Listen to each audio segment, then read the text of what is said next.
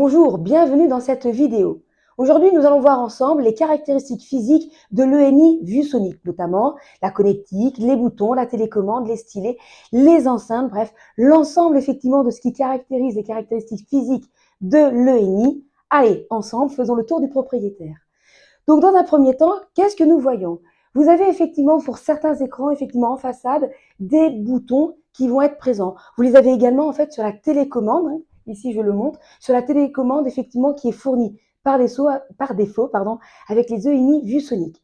Qu'est-ce qu'on y trouve? Bien entendu, le bouton marche-veille, le bouton accueil, le bouton changer de source lorsque vous allez passer de l'écran effectivement de l'ENI à votre ordinateur par exemple, figer l'écran, le fameux bouton qui va vous permettre de geler votre écran momentanément pendant que vous allez faire quelque chose en fait en parallèle, le menu de l'écran et bien entendu le volume, puisque vous le savez, les écrans VueSonic ont effectivement la capacité de pouvoir en fait diffuser un son clair et puissant en classe grâce à leurs enceintes de x 20 watts.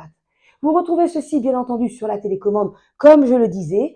On voit bien entendu également en façade, c'était le cas ici, bien entendu, les enceintes intégrées. Nous avons parfois également des caissons de basse et des micros en fonction en fait des modèles de ENI VueSonic.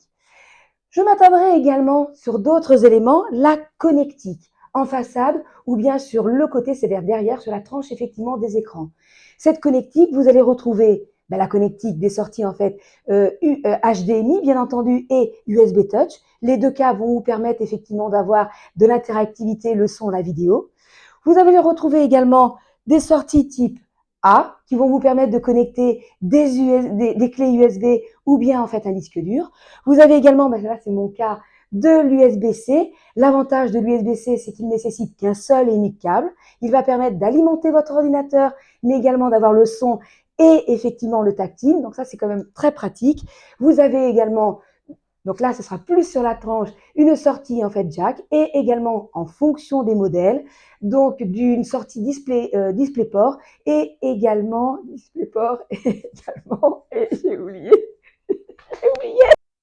Vous avez également dans certains modèles des sorties en fait DisplayPort et VGA en fonction effectivement de la connectique que vous avez besoin. À chaque fois en façade ou bien en fait directement derrière l'écran. Pourquoi derrière l'écran? Généralement pour un branchement en fait permanent, pour un usage en fait permanent en fait en classe ou effectivement dans une salle. Et tout ce qui va être connectique en façade, c'est exactement comme dans mon cas, ça va être bien entendu un branchement en fait plutôt temporaire. Les écrans interactifs fonctionnent, bien entendu, sont tactiles. Hein, ils prennent en charge une technologie en fait multipoint avec entre 20 et 40 points de contact en fonction, bien entendu, des modèles des ENI. Ils fonctionnent au doigt, au stylet, sans pile et sans batterie, donc pas besoin de les recharger. Et il y a également la différenciation avec la paume de la main pour pouvoir en fait effacer en fait du contenu. Dans ce cadre-là, c'est extrêmement simple. Vous allez utiliser soit le doigt, soit le stylet, soit effacer de la paume de la main sans avoir besoin de cliquer sur un bouton pour changer. La prise en charge en fait est immédiate et vous n'avez pas besoin de signaler que vous voulez changer l'un ou l'autre. C'est aussi simple que ça. Donc c'est très intuitif et très ergonomique. Ben voilà, vous savez en fait parfaitement, vous avez découvert en fait parfaitement les ENI et les caractéristiques physiques de l'ENI. N'hésitez pas à le tester. Merci d'avoir utilisé. Merci d'avoir visionné cette vidéo. Pour toute question, n'hésitez pas à nous suivre sur les réseaux sociaux. Et puis pour en savoir plus, restez connectés. Merci à vous, bonne journée.